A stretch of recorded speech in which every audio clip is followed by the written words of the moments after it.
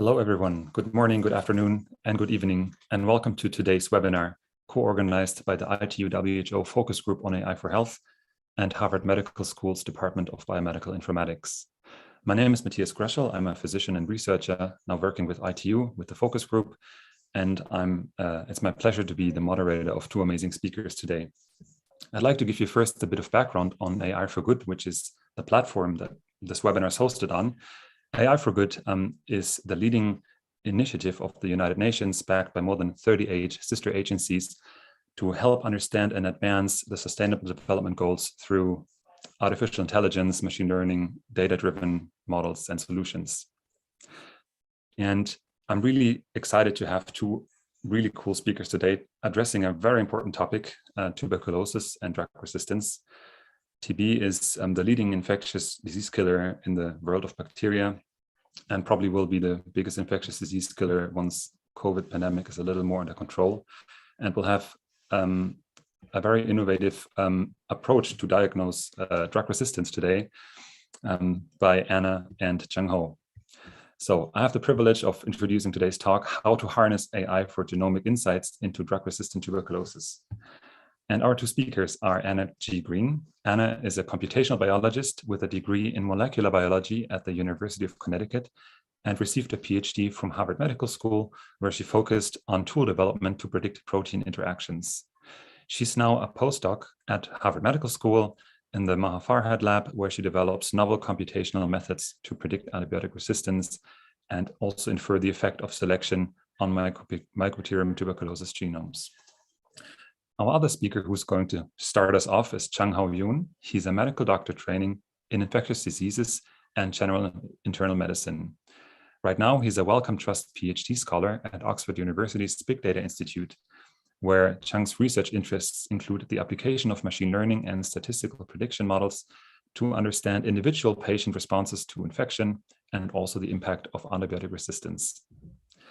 So you're now all live streaming and watching us live on the neural network. So please write your questions in the chat, as many as you wish, as short as you can. That'll make it easier for us. We'll have a short poll at the end of the talk, and also at the hour at 4 p.m. Geneva time, we'll all join you in the neural network and have discussions, be it around drug resistance in TB, machine learning for bacterial antimicrobial resistance, the ethical implications of AI models in healthcare, and so forth. I won't speak any longer, and I'll hand the speaking stick over to Chang. Please take us away. Thanks so much, Matthias, and thank you so much for having us. This is a very exciting event for me and Anna. Very rarely do we get the opportunity to wax lyrical about our own work. So this is particularly alluring, as you can imagine, especially amongst a domain of experts and enthusiasts with a very similar sort of optimistic goal for what AI can do for us in the future. I'm just going to share our screen now for the talk. If I can just find it.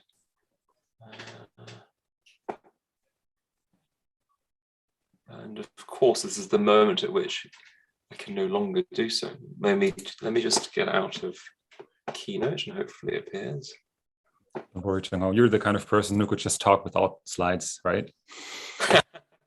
Quite possibly, but I don't think it'd be of any use to anyone. One moment. Oh, there we are. So when it's on full screen, it doesn't seem to share. Yeah. But there we are. All resolved. Right. So without further ado, so Dr. Anna Green, my absolutely wonderful colleague, and I will be talking to you about the utility of machine learning and artificial intelligence algorithms to try to obtain some kind of genomic or biological insight in drug-resistant tuberculosis using genomics, of course. And just to bring everyone up to speed, I guess, because we don't know what kind of knowledge the audience will have pertaining to the subject. I guess the reason why we still care about TB, even though for many of us in very privileged situations in the West, may only consider it to be something, a sort of historical vestige, if you will, is that so many individuals across the world are still falling ill from this condition. Not only that, but easily over 1 million to date per year will succumb to the disease, particularly on most vulnerable populations, whether they be women, children, or individuals who are immunosuppressed, for example, the HIV population.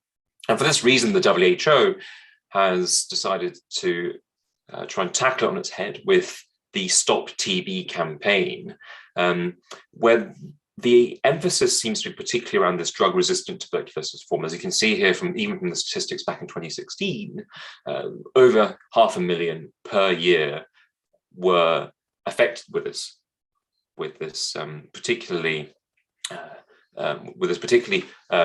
morbid form of tuberculosis, of which only a quarter were being diagnosed, and even fewer, actually 1 in 8 is quite optimistic, 1 in 8 were being successfully completely treated from this multi-drug resistant form of tuberculosis.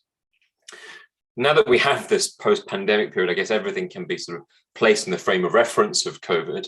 And even when you look at it from that perspective, you can see from this graph that tuberculosis does result in as many deaths per year as COVID-19 as a pandemic has done over the last couple of years.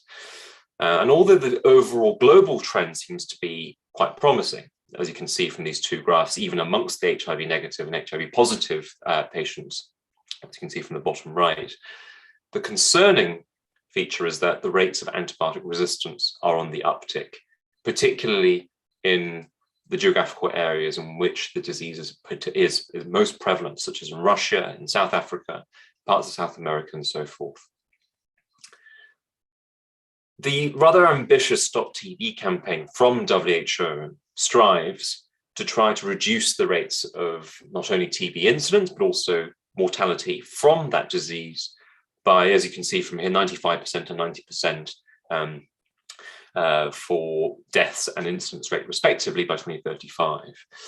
Unfortunately, this has been derailed a little bit by COVID-19, but if we were to take a look at what that might mean, more practically speaking, as you can see from this graph, in order to achieve those ambitious ultimate objectives, I'd like to just draw your attention to the fact that one of the first few sort of more pragmatic approaches that we can take is to optimize our current use of current and new tools. And particularly in relevance to our talk is that of what we perceive to be one of the most major impediments to the appropriate treatment. And that is in fact diagnosis of drug-resistant tuberculosis. As it happens today, if a patient were to present to us with symptomatic drug-resistant tuberculosis, or tuberculosis for that matter, most likely they have pulmonary symptoms, and those respiratory symptoms would, generally speaking, result in a cough. That cough may well be productive. And even if it's not, we can still collect sputum samples. And on the day, microbiologists can peer down the microscope and hope for the best that they see these little buggers. But if they don't, then the culturing, which is an extremely arduous process, given how fastidious these organisms are, can take between 3 and 6 weeks. And even subsequent to that, in order to assess whether or not these bugs, these tuberculosis strains, are resistant at all to any of the antibiotics we may wish to utilize, that will take another 3 to 6 weeks, giving ultimately a median of a lag of about 7 weeks until potentially appropriate treatment is even initiated. Of course, up to that point, we might give some series of antibiotics empirically whilst we await results, but they may be the wrong ones. And you might think, well, why does that matter? And it's because with tuberculosis, the treatment length or duration can be exquisitely long. It's an exceedingly arduous process, and especially with multi-drug resistant tuberculosis, it can span 18 to 24 months of treatment even. And these treatments aren't necessarily completely benign. They can be associated, unfortunately, with quite considerable side effects. Now, despite this isn't so nascent anymore, but despite relatively recent developments in more rapid testing, unfortunately, they're somewhat limited, not only in terms of the geographical distribution by virtue of their high cost and the chasm of between the cost there and the benefit that might be garnered in areas where they can be afforded. Particularly given that multi-drug resistant TB occurs mostly in low resource settings, we have yet to see a technology like this really achieve ubiquity where it's needed the most. And even if we were to use this GeneXpert technology, alas, it only assesses for resistance to one particular drug, which is rifampicin, thereby hindering our ability, I guess, to prescribe the cocktail of tuberculosis drugs that are necessary to treat multi-drug resistant tuberculosis. And obviously entering the scene right now is that of whole genome sequencing. There is great promise here. So the dream scenario in a sort of quasi-utopian world would be, we have the sputum sample collected, and on the day we might be able to do this DNA sequencing. And if we were to then implement models that we've already tested and validated to essentially harness those genomic sequences to then predict what their resistance profiles or phenotypes might be, then we may conceivably be able to commence treatment on that day. And so the status quo for using genomic sequences for determining the ultimate resistance phenotype is that of the WHO catalog. It's quite an extensive list of these mutations and variants that have been assessed by expert consensus or expert panels. But unfortunately, one of the limitations of this catalog is that for any mutations that only seem to coexist with other mutations, and therefore it's very difficult to discern whether that mutation in itself can cause resistance, they're not included. In other words, in the grand scheme of things, the WHO catalog places in primacy the specificity rather than sensitivity of the variants that are detected, thereby limiting to a great extent the sort of phenotypic predictions we may make about the strains that we have in practice. And so without further ado, I'd like to just hand the reins over to my colleague Anna to describe the sort of the context of the developments that have occurred from this WHO catalog model, and I guess as a result, the recent historical context in which our model, the convolutional neural network, sits. Stop sharing. Thanks so much, Chang, for that introduction, and thank you, Matthias, for moderating the session today. So we should be able to see my screen. So as Chang said, I'm going to talk in detail about the specifics of the work that we did to attempt to maybe take a step closer to this dream of a rapid resistance diagnosis from genomes for tuberculosis. And then we'll zoom back out and talk about the general applications of AI in medicine and where we think we can go. So to get right into it, as Chang said, catalog methods, which are the current state of the art, are unfortunately, but understandably restricted to variants with known effect. So these variants have been previously observed multiple times and curated by expert consensus, so they're known to cause drug resistance.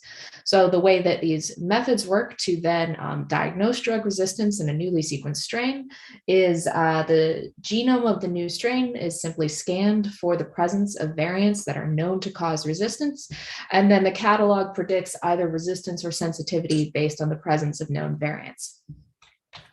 Of course, this can obviously be a problem, for example, in the following scenario, where there's a new variant here present in strains 4 and 5 that has not previously been seen to cause resistance, but that appears to be causing, it looks like we'll go on, got the phenotype value wrong here, but that appears to be causing resistance in these strains where it's newly observed. In cases like this, the catalog would still predict sensitivity because it has no knowledge of those new variants. So the idea is if we can implement statistical models, which would be able to learn which variants have an effect on the phenotype, these could be iteratively retrained as more and more sequence data is made available. Then we would have a model that can both capture information about known variants and make predictions about new ones in order to give us more accurate predictions of the phenotypes we're interested in. And this is a direction that the field has been moving in for a long time. Previous work in the Farhat lab has developed and then benchmarked a random forest statistical model against existing state-of-the-art catalog methods, finding somewhat higher sensitivity and specificity for the statistical method compared to a catalog-based method.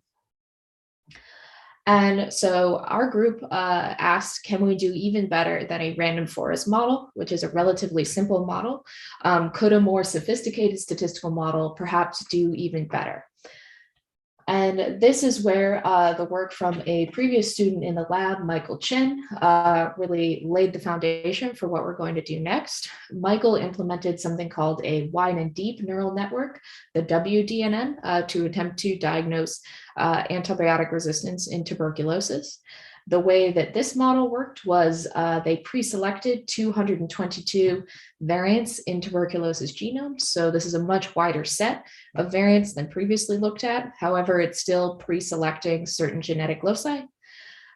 These variants were then fed through fully connected hidden layers, as well as sent directly to a concatenation layer in the network, hence the term wide and deep. And then this model was then trained to predict antibiotic resistance. And the finding was that the wide and deep neural network did indeed outperform the random forest model. And depending on the drug, it had similar performance or better performance to a logistic regression model. So they found with this study that the wide and deep neural network is offering an improvement over previous statistical methods, but that there were still some limitations. In particular, as I mentioned, those limitations were that they had to pre-select mutations for inclusion. So again, we're kind of running into this problem of what happens when there's a new variant. How could the model possibly account for that? And also the model was pretty much entirely a black box because of the number of parameters in neural network models and the interactions between those parameters. It's very hard for a researcher to look at any particular parameter and say, oh, okay, that explains how this input influences the output. It's hard to understand what the models are doing. So this is where Chang and I joined the project, and working with our supervisors, we had the idea to try to use something called a convolutional neural network to try to overcome the challenges I was previously mentioning. In particular, as I said before, the previous neural network had to pre-select certain loci of the genome to look at. And a large part of the reason for that is because of size constraints in terms of the number of parameters. So a standard neural network treats every site in the input as one variable and assigns a large number of parameters to each input variable. In contrast, a convolutional neural network slides little mathematical operations called filters along the input. Therefore, the number of parameters in the CNN is controlled by the number of filters rather than the size of the input. This allows the model to process larger inputs and that are flexible in size, meaning that we're going to be able to include entire gene sequences or operon sequences instead of having to pre-select variants. So we're excited about this possibility. In addition, convolutional neural networks have been shown previously in genomics to be somewhat interpretable, or at least somewhat interpretable. In particular, after you train your neural network, you can then go back and ask, what patterns did my neural network learn, or what parts of my input caused the prediction that my network made? So essentially, the model is not a black box. And I'm showing you one example of a paper here where they did exactly this. They learned transcription factor binding motifs. So with these two ideas in mind of being able to look at more loci and being able to interpret model behavior, we decided to go ahead and build a convolutional neural network to predict antibiotic resistance in tuberculosis. The inputs to our model consist of, for every genome, a three-dimensional matrix of size 5 for one hot encoding of nucleotide sequences times 10,000. This was the length of the longest locus that we selected for each of 18 loci in the tuberculosis genome that were previously known or thought to cause resistance. So yes, we are still pre-selecting loci, but we're not saying it has to be this site and this locus. We're going to look at the entire gene sequence and allow any variation in that gene to play into our model. What the model is going to do is output a resistance prediction for 13 antibiotics, which we're then going to compare to and train on known binary resistance data for every genome. So in order to construct this neural network, we first had to compile data sets for training and testing of the network behavior. In order to do this, we use something called a chronological train test split, meaning that isolates were added to the test data set as they were sequenced and processed by our lab. So while this does result in a slight imbalance or differences in sizes of the number of resistant isolates in training versus test, we feel that this is perhaps more biologically relevant because it captures the diversity of data that will be appearing and be made available to the network as it's used going forward. So after some experimentation with neural network architectures, we chose a pretty standard convolutional neural network setup. I don't want to go into this in a ton of detail, but I'd be happy to answer more questions at the end if people are interested, but just know this is a pretty standard architecture that's taking as an input entire sequences of genes and giving us as an output a 1/13 vector of the prediction for each antibiotic. So after training this neural network, we then compared its performance to the wide and deep neural network and to a logistic regression benchmark. And excitingly, we find that our CNN model has comparable performance to the WDNN retrained on the new data set, and that this holds true for both first-line and second-line drugs. You'll see here in green and blue, I'm showing you two versions of the CNN model. I'll go into detail about those in a second. And so in addition, and very importantly, we found that the CNN models generalize very well on the held out test data that it's never seen before. In particular, the generalization accuracy for first-line drugs is just as good, if not even better, than for the training data set. For second-line drugs, the accuracy is within the boundaries of what we expect based on the training data. So we have this model that, we were excited about. It seems to be performing well, but what we really wanted to do was be able to assess its behavior, right? We don't want to just make a black box. We want to understand how it's working and see what we can learn. So we're going to assess now the behavior of this neural network in 3 different ways that I'll talk about in detail. But just to summarize, the 3 things we're going to do are first perform Insilicone mutagenesis, so make fake sequences and see how the network handles them. We're going to do something called an importance score analysis that I alluded to earlier. We're going to determine how much each input position in each sequence is influencing the predicted output. And then finally, we're going to do a detailed analysis of the false predictions that the network makes to try to understand why there are some false negatives. So the first experiment we're going to do is an Insilicone mutagenesis. So what we do here is simply feed the model 2 fake sequences that I created on my computer. So we're going to start with the baseline sequence of the wild type. This in tuberculosis is typically H37RV. It's just a particular isolate that's known to have sensitivity to all antibiotics. So it's pan-susceptible and it's a great baseline. Onto this pan-susceptible baseline, we're first going to introduce a single mutation that is known to cause resistance to the antibiotic isoniazid, here abbreviated INH. So we have a drug with a strain with 1 drug resistance. Then we're also going to add a second mutation that causes resistance to the antibiotic rifampicin. So now we have a strain with 2 resistances. Oh, sorry. And so we asked the network to predict the resistance profile for each of these 3 strains. And so first, and as expected, we find that the network predicts sensitivity to all antibiotics for the wild type strain. So that's good. That's a good baseline. When we introduce the mutation that causes isoniazid resistance, the network accurately predicts isoniazid resistance, but also falsely predicts that that strain is resistant to streptomycin, which it's not. We didn't add any variants that would cause streptomycin resistance. When we then add the second variant that causes RIF resistance, the model correctly predicts resistance to the 2 drugs to which the strain is resistant, but also predicts 4 other false positive resistances. So this was a strange and undesirable behavior of our network. And we looked into this in detail, and we realized that what's happening is that the CNN learns that first-line drug mutations are indicative of second-line resistances. This has to do with the way that tuberculosis is treated globally. Essentially, a tuberculosis strain will never even see a second-line antibiotic until it has already evolved resistance to first-line antibiotics.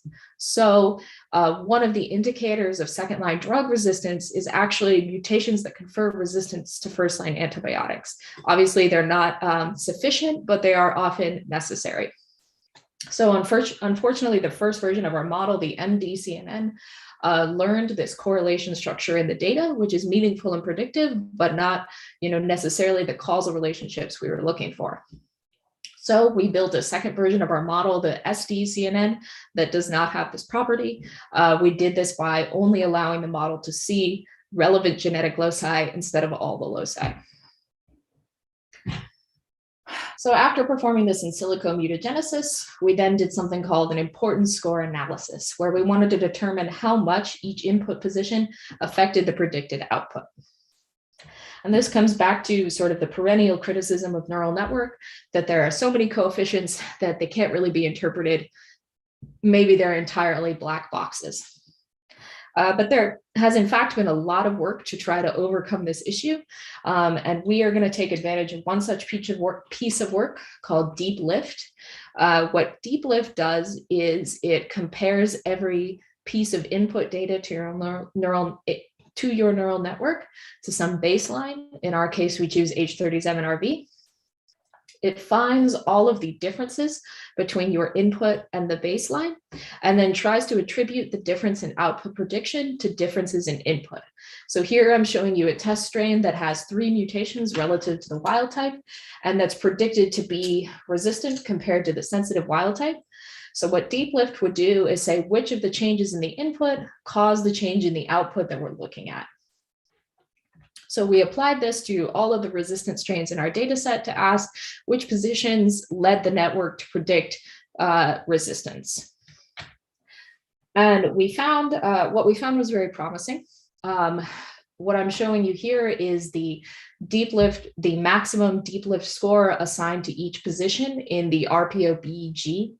Mutations in RPOB are known to cause resistance to rifampicin.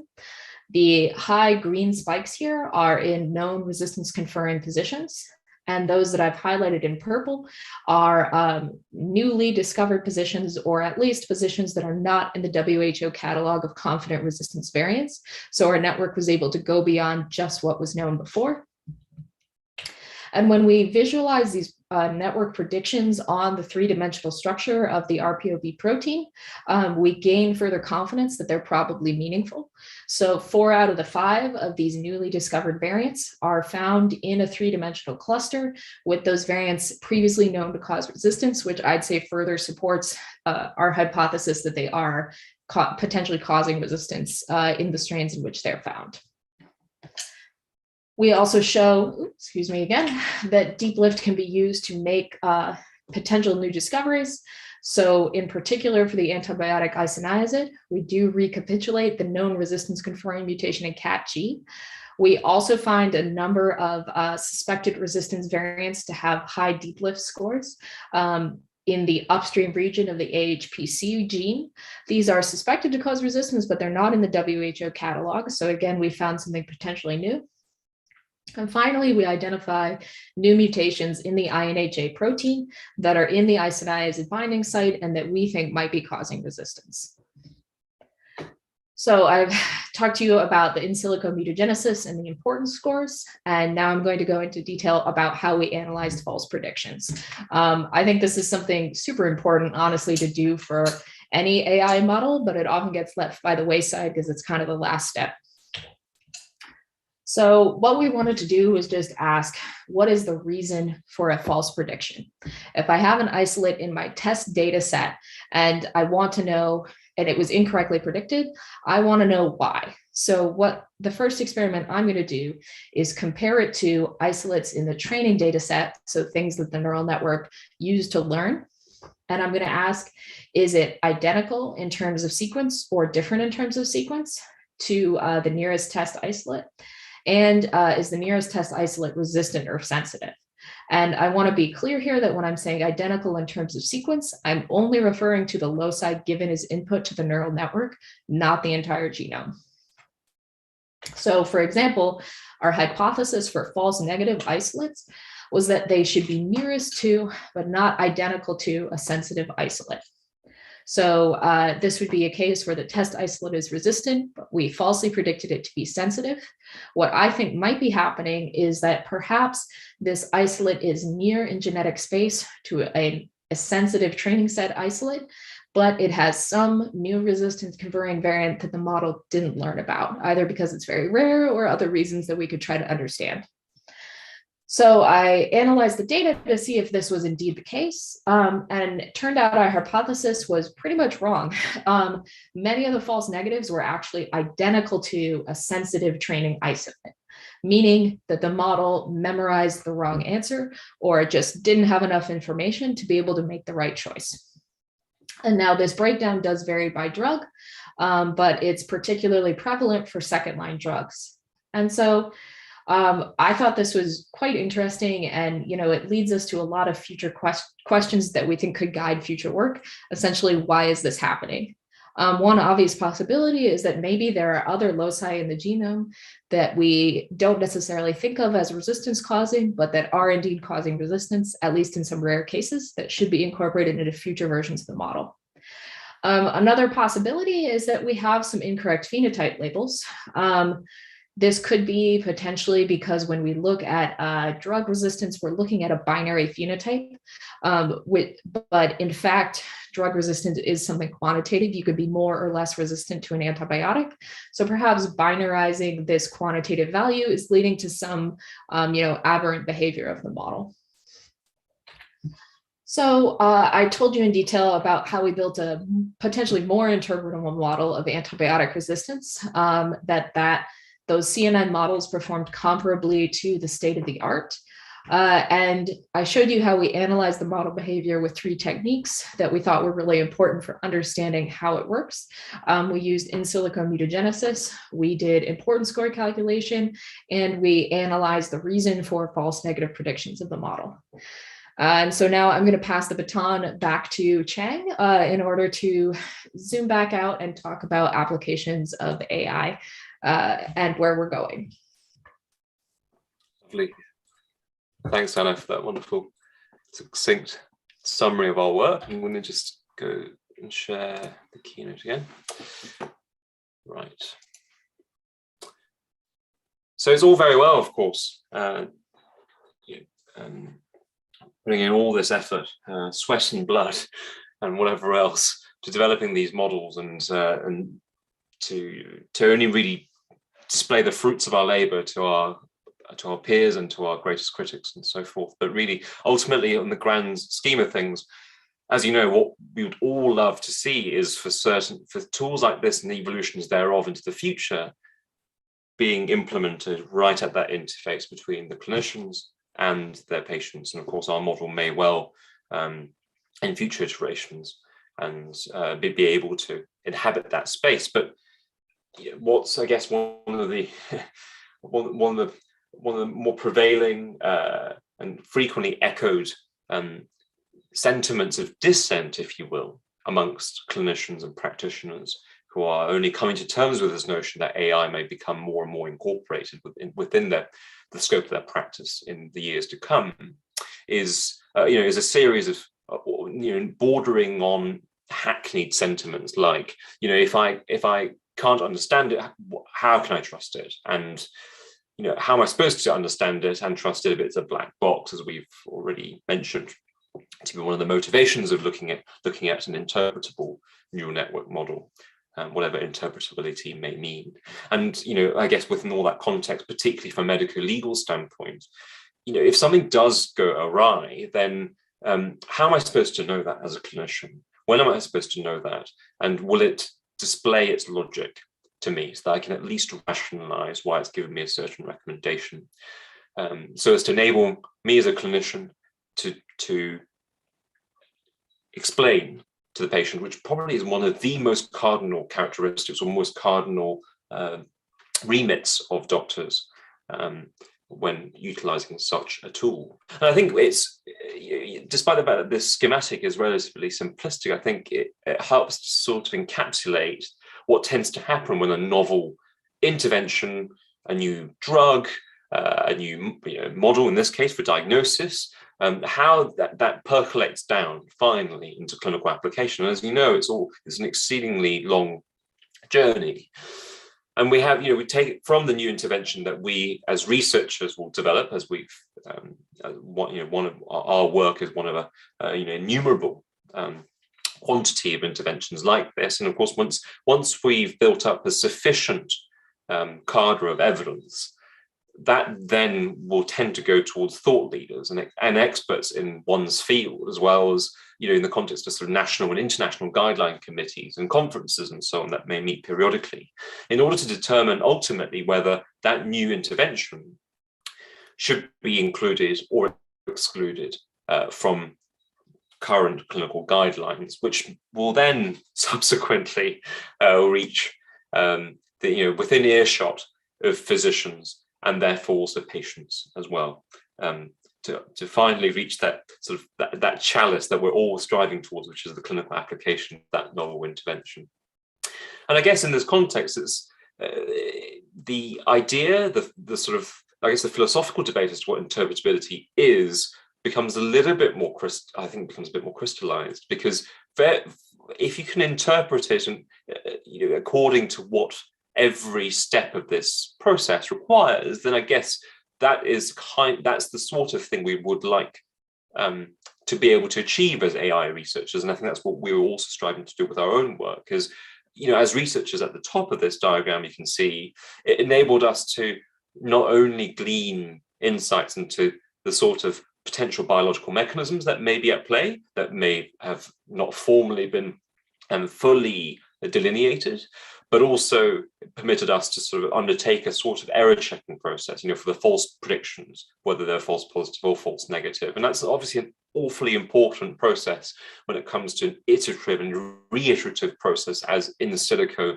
genesis of new interventions will undoubtedly be. And I guess it's one of those characteristics of AI models that may place in silico research like ours to be able to make avail of this, avail ourselves of this perk in comparison to more traditional interventions like pharmacological development and so forth. Although AI, as you know, is also creeping into this space quite excitingly. Further down the track, you can see sort of interpretability to an extent would also give thought leaders and experts the capacity, perhaps, maybe it will render the process easier of appraising the evidence to date, to make that final determination as to whether they would recommend its inclusion or exclusion.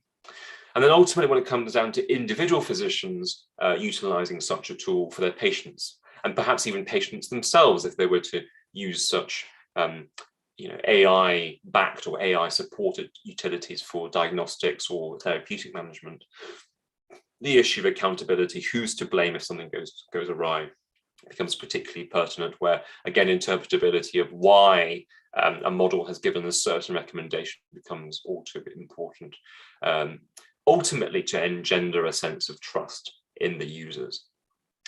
But naturally, just like with any other new technology, the law we have at the moment is lagging significantly behind.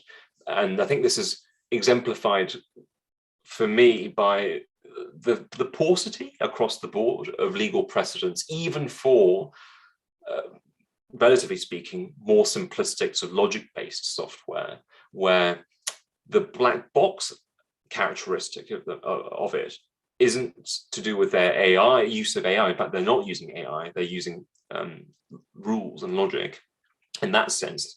But the black box nature is in the fact that they're proprietary. And so when you have software that's proprietary, like this case in New Jersey in 2018 of Sotilla versus Skunakis, it may render the process of determining the attribution of blame a little bit more complex. And it seems like we have yet to come to terms with how clinical decision support tools really interact with clinicians to help them make that ultimate decision. So in this particular case from New Jersey, it's a very lamentable scenario in which an obstetrician essentially utilized a piece of software in order to help prescribe weight loss medications for her patient who had recently given birth and was attempting to shed some of that weight of maternity. The software recommended the conjoint prescription of 2 medications that were in fact contraindicated, but the software failed to flag that. And despite the training that the obstetrician had, they put pen to paper and prescribed the 2 medications, and several weeks later, the patient died. And in the ensuing trial, what came to light was that the expert who had been brought in for the trial was deemed to be sufficiently clinically versed, but not in the domain of computer programming to really make any sort of supportable statements on whether the software was to blame or not. But ultimately, the spotlight of culpability still went to the software and to the developers of said software rather than the doctor.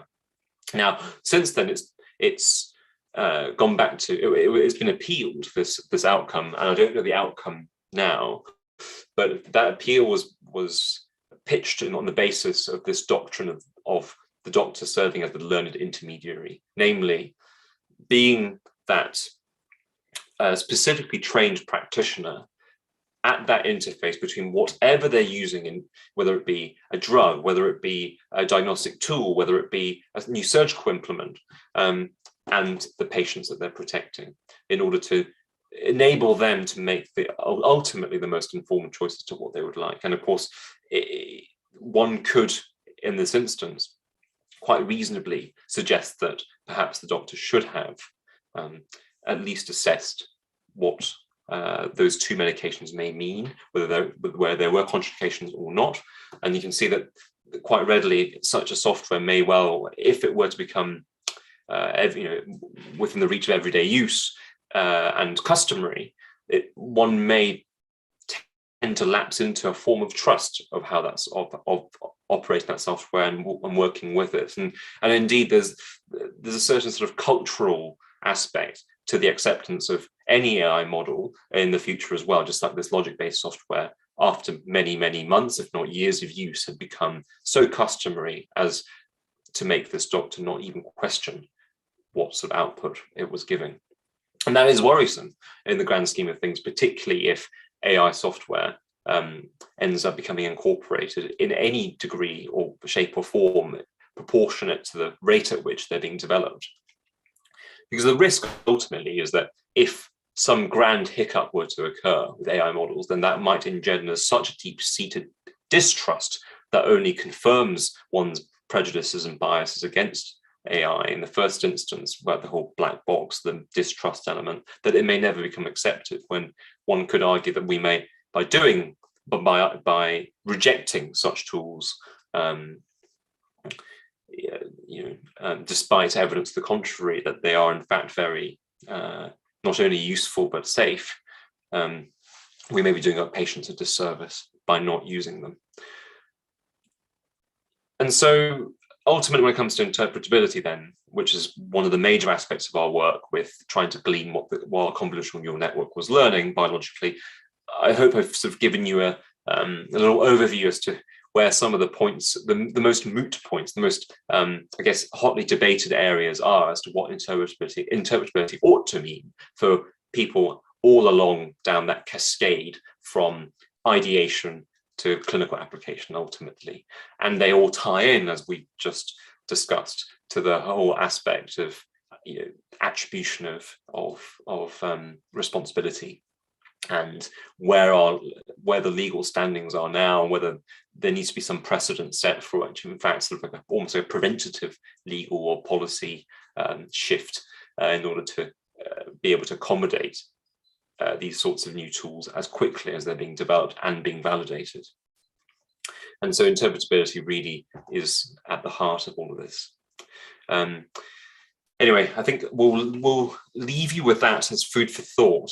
But we would also like to obviously thank you, not only for the invitation, but we need to absolutely, none of this work would have been possible if it hadn't been for our supervisors, professors Maha Farhat and Andrew Beam, as well as our amazing team in general at the Harvard Medical School, Dr. Luca Freschi and Michael Chen, amongst others, in the Farhat lab, as you can see at the bottom there. And the funding was all thanks to the NIH NLM, as well as the National Institute of Allergy and Infectious Diseases. Thanks so much for listening, and please don't hesitate to reach out by our emails, as you can see there on the top left, if you have any questions. And if you want to read our preprint, please feel free to do so. We'll hopefully have this published in the next month or so. Thanks very much indeed. Thanks so much, Chang Ho. Thank you, Anna. This was really excellent. Both of you are amazing presenters. I really enjoyed listening to you. And I'd like to kick off discussion by asking Anna. So you're now using 18 loci to train the model. When's the time ready to train whole genome models? And do you think there's a potential to discover new resistance loci? Yeah, I think this is a fantastic question and definitely something we would love to have work.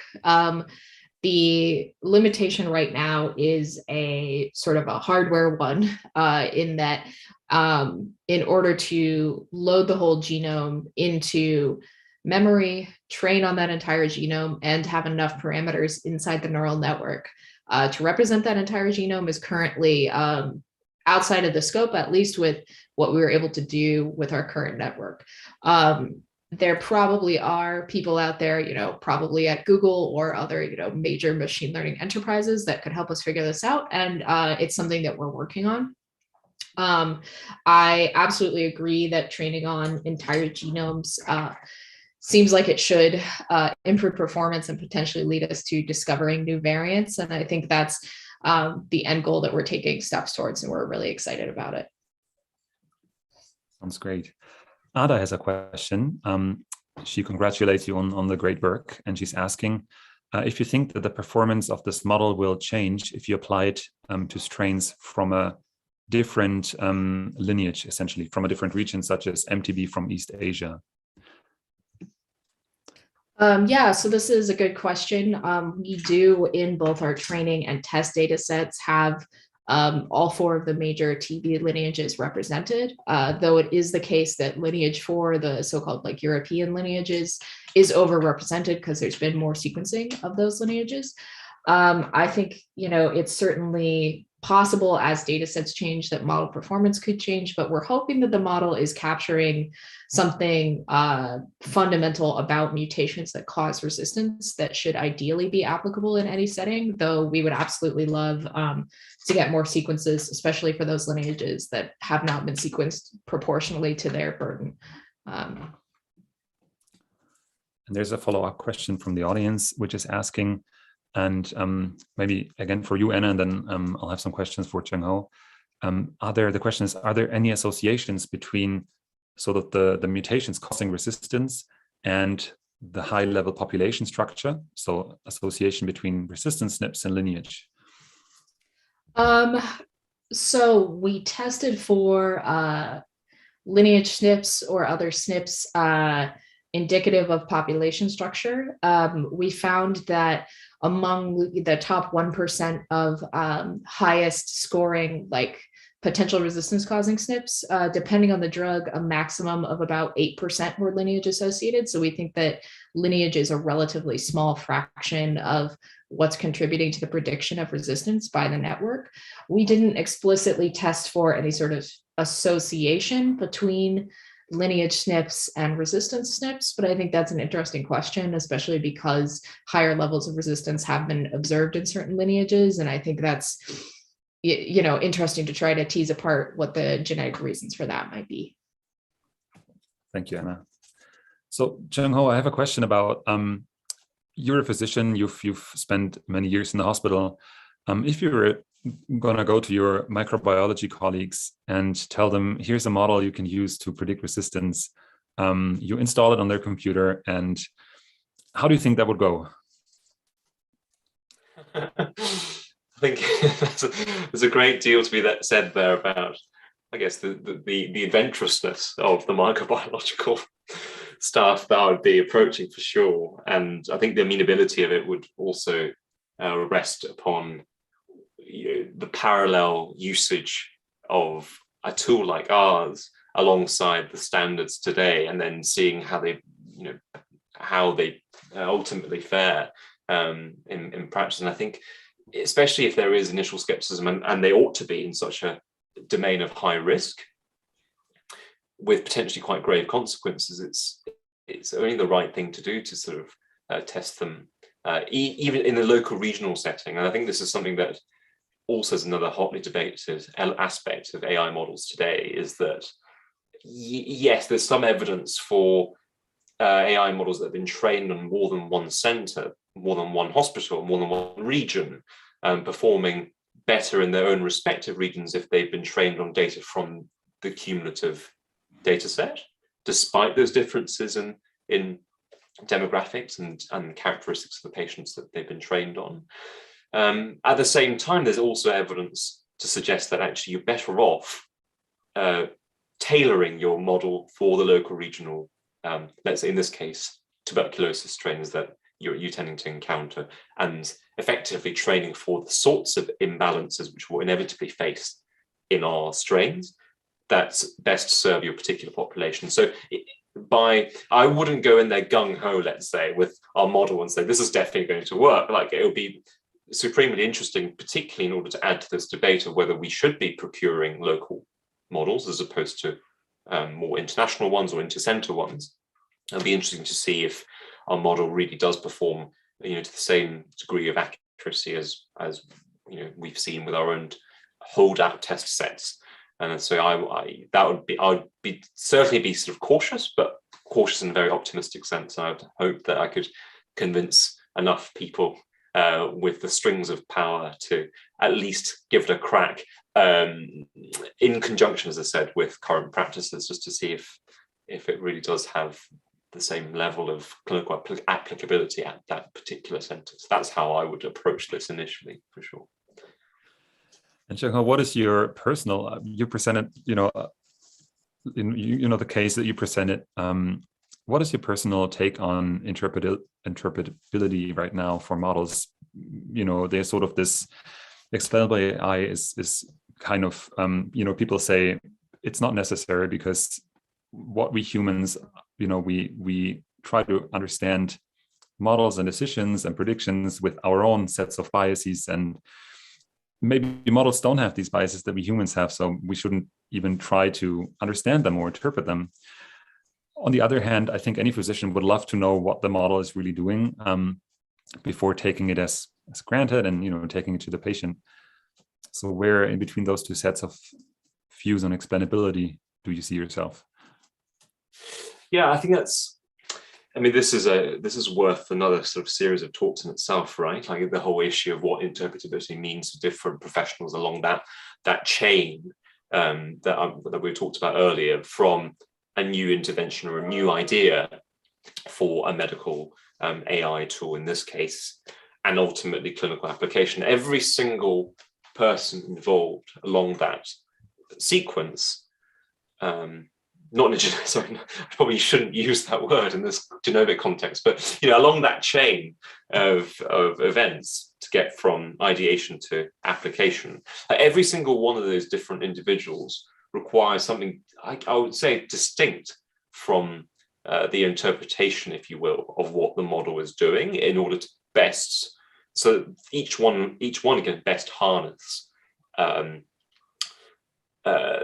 whatever they're interpreting the model to be doing in different senses to do their own work optimally. So that's such a vague thing I've just said, but actually, if you just hark back to what researchers need from the model and what they need to interpret from that, so drawing from I guess making parallels with the work we've done with the convolutional neural network, it's more important and more pertinent for us to see if what the model is I guess what the model is using or harnessing to make its predictions makes biological sense. And beyond that, what's more exciting, I guess, is, is it making, fundamentally novel biological discoveries on top of that we hadn't, formally known about, etc. So what we're trying to glean with our form of interpretability in that model is quite different, right, from what clinicians will want.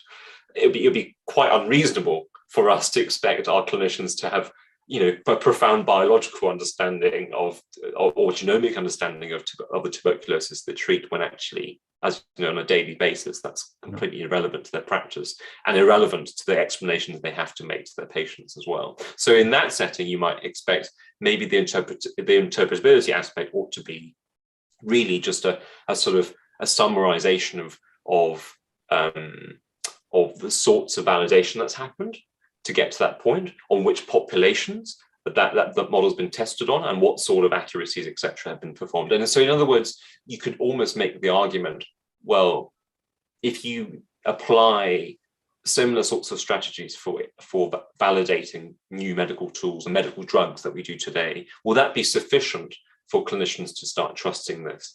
I would say that you'd have to go one step further than that for some AI models, just because just like with that software, that logic-based software that went completely kaput in New Jersey, and didn't provide any real rationale, nor any contraindications about the drugs. You have a real responsibility there. You could definitely supply all the data and the fact that expert consensuses have all been done, but ultimately the doctor still has that responsibility for making the decision. So you'd hope that that they could at least get some sort of summary of what the model is using in order to make the predictions. Maybe even highlighting, maybe even a summary of the genetic loci that have been used in the TB, should they wish to delve into that further, and how much evidence exists for that. These are really this is quite a tricky debate in itself, because it's so dependent on the particular tool. But that's sort of my sort of roundabout, quite nebulous way of answering your question. Thank you. Yeah, and we're at the hour, but I'd like to ask Anna in closing, if you could tell us, what do you think lies ahead of us in resistance prediction in M. tuberculosis? Oof, that's a huge question. I think there's a lot of really exciting avenues happening right now. Even in the time that I and Chang worked on this project, the field of machine learning has taken great leaps, and CNNs would no longer really be considered state of the art, and we have people in lab working on more sophisticated methods like language models. So I think improvements in modeling are definitely one direction that this field is going. My personal instinct is that improvements in the data that we have and the amount of the genome that we look at are going to be at least as important as advancements in the particular models that we use. I think our finding from the CNN that even looking at 18 loci that we know cause most of the resistance, we still had several false negatives that were genetically identical to isolates that were labeled as sensitive.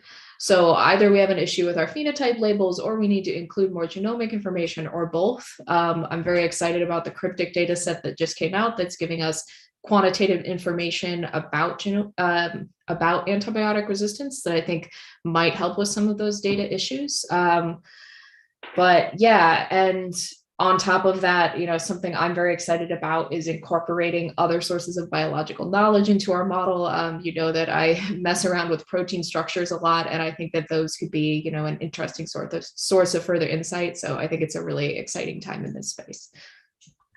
Perfect. Yeah.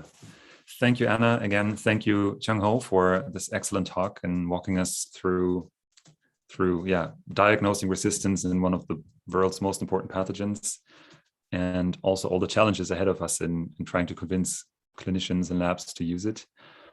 I'd like to thank the audience for listening. There should be a brief poll right now popping up asking if you would recommend future AI and health sessions. And the speakers and I will stick around in the neural network now for a couple of minutes. So please ask your questions and we can interact the network. Yeah, thank you again, Anna, Chang-Ho. Thank you, audience, and have a great Friday afternoon and a great weekend. And hope to see you at the next AI and health session. Goodbye. Thank you for participating in today's AI for Good session. We hope you've learned something new, innovative, and engaging in today's event. We now encourage you to continue the conversation on the live video wall in the neural network. Here you can ask questions. Like and comment, share links, complete the satisfaction survey, connect with interesting profiles, or speak one-on-one using the chat and video function. After the 30-minute networking session, we invite you to explore the lobby, try the smart matching quiz, visit the virtual exhibits and poster boards, and build your personalized AI for Good program. It was a pleasure learning with you today. See you at the next AI for Good.